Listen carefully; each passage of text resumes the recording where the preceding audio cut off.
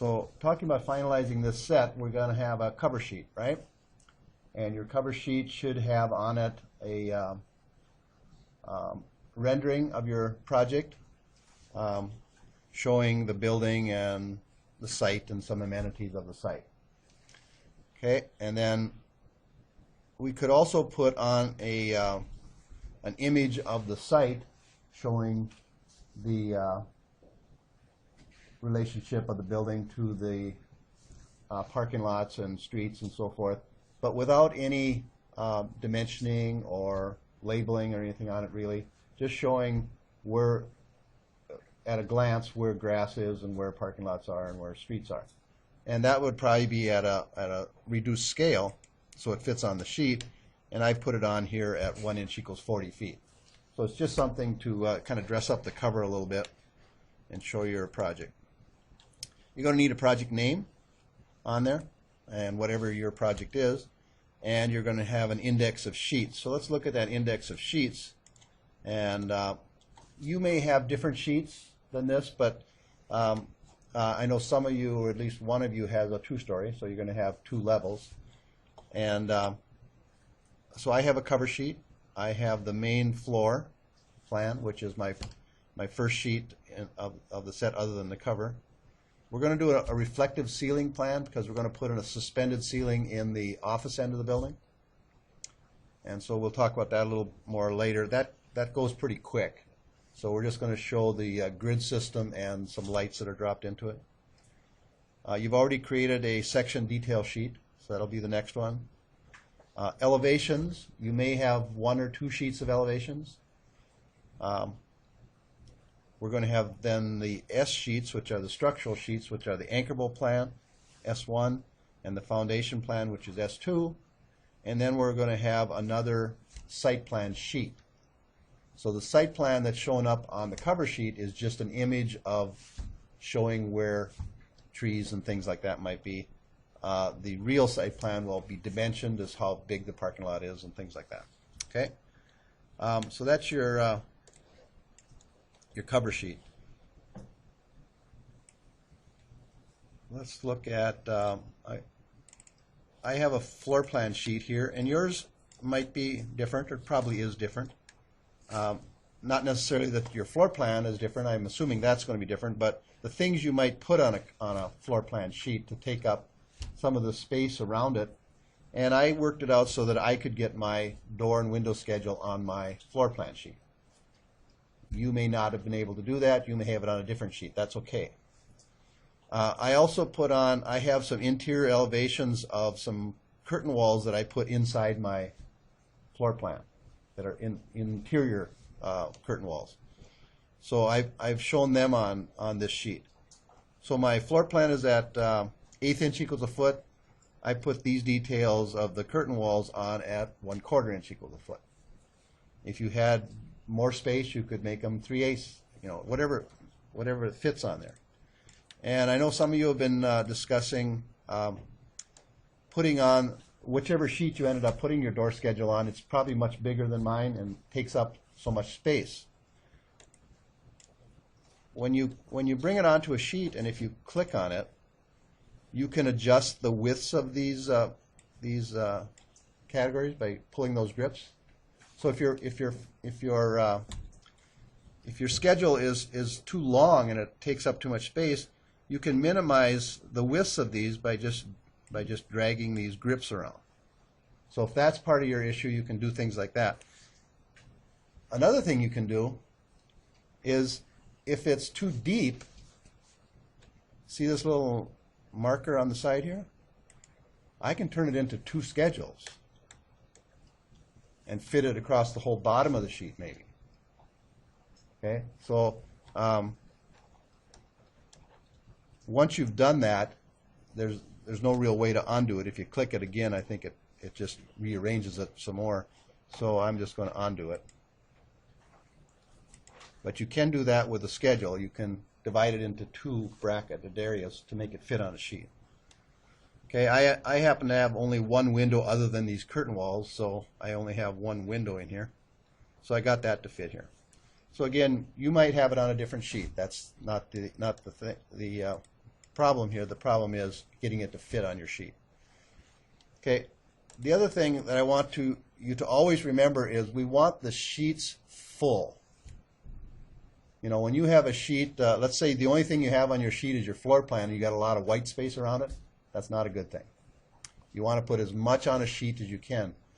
Thinking of the contractor out in the field that's building this project, would he rather have 4 sheets packed with information, or would he rather have 10 sheets with only a little bit on each sheet?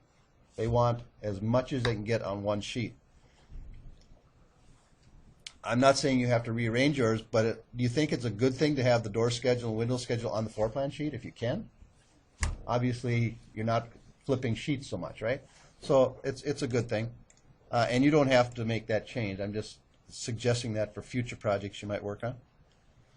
Okay, the reflective ceiling plan is going to be a pretty basic sheet. Now this is a sheet where, like I just said, it's got too much white space on it, right? But maybe I don't have anything else to put on this sheet right now, but on this sheet I have the layout of the light fixtures in my office end of the building. Obviously, if we have some light fixtures in the shop, we could have also shown those, but we don't have time probably to do that right now. But we'll talk about this a little bit later. So we'll have this sheet on here. Other things that could go on this sheet then might be a schedule of lights fixtures. What type of fixtures are they? You know, things like that. There could be a section on here showing how the recessed assembly of the suspended ceiling hangs off the ceiling. So those are other things we could put on here if we had time, but we don't have time. So right now it'll just be this sheet by itself. Okay, then we have our section detail sheet, which I think we've pretty much filled up. You should have, you know, the 5 details on that sheet, and that pretty much fills the space up. So that's a good sheet. Elevations. I put all of mine on one sheet because they did fit, but I'm assuming most of you put them on 2 sheets. And that's okay because you're probably putting your door and window schedule on some of those sheets. And that's okay. But just to show you that they would have fit on one sheet if you planned it out right. Okay? But it's not a problem if you have them on 2 sheets. So I did that. I have a big chunk of white space here. If I were doing more on this project, I could pull a detail in there of something related to the elevations. So if we needed to take this project a little bit farther, a little more complete set, we could add some details onto that sheet as well.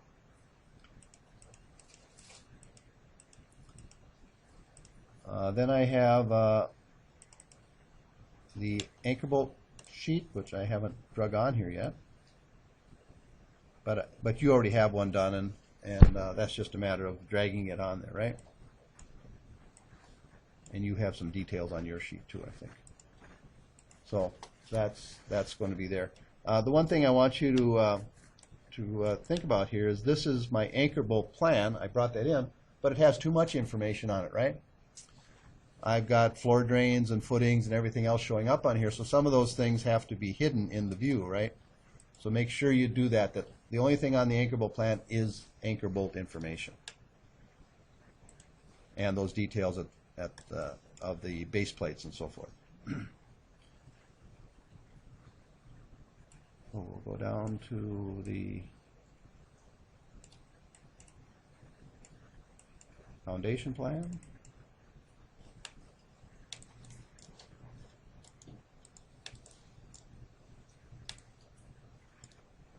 And on your foundation plan, again, you have more details and so forth than I have on this one. But again, that has all your footings and floor drain and things like that. You have a more complete set there than a sheet there than I do at this point. So that one should be there.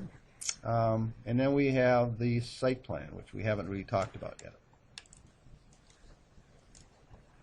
Now you're developing a site plan so that you can create a rendering for your cover sheet, but we're going to have a site plan sheet. So on this sheet, my site plan is at 1 inch equals 20 feet. So with the site that I gave you, that fits on there pretty well. Again, I have some white space here where I could put in a planting schedule. If there, if you had a schedule of the trees and things that are going onto the site, you could have a other things that relate to the site. I guess in general, you could put signage type information. You could have general notes, things like that would fit on that sheet if we were taking it a little bit farther.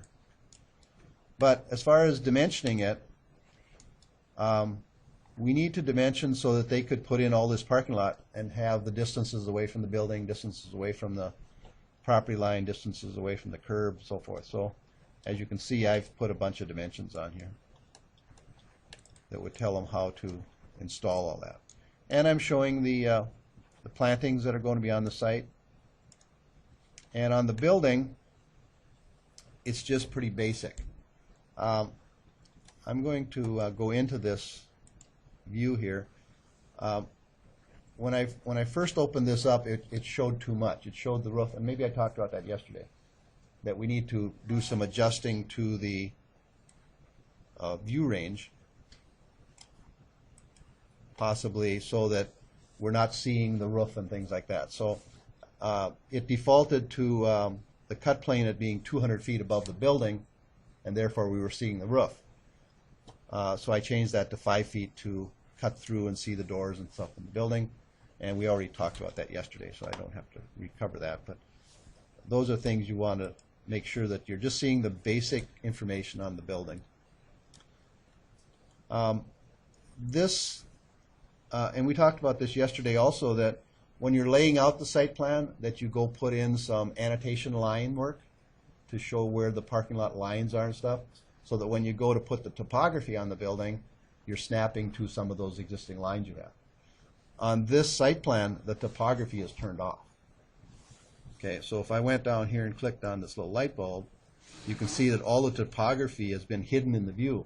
I don't want that on my site plan. I want the dimension information on the site plan, so I've turned all that off at this point. Okay, so all these amenities that you want to show up on your rendering are on the on for that purpose, but they don't need to be on here for the site plan information.